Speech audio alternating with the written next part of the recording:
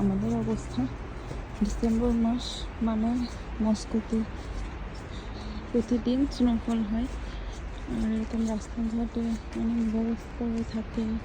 এই বছর মনে হয় তুলনামূলক একটু কম। অন্যান্য বছর দেখি ডিসেম্বরের টাইমে এগুলো কি গাছের আরও উপরে থাকে এই বরফের স্তূপ। আর জানুয়ারিতে হবে, জানুয়ারিতে আরও বেশি স্নোফল হবে। আর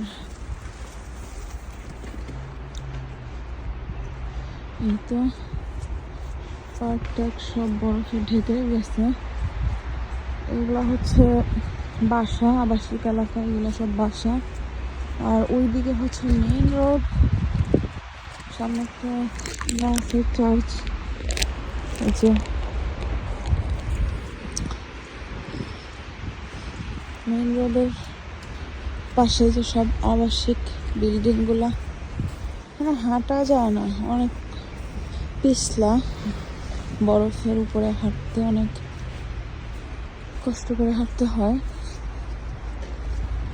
এই যে এখানে একটা দোকান আছে ম্যাগনেট, এখানে সুপার শপ, এটা সুপার শপ। প্রায় বাসায় আবাসিক এলাকাগুলোতে বাসার নিচে সুপার শপগুলো থাকে, প্রয়োজনীয় সব কিছু সুপার শপ থেকে কিনি। এখানে জান্নাত হাঁটতে পারতেছে না।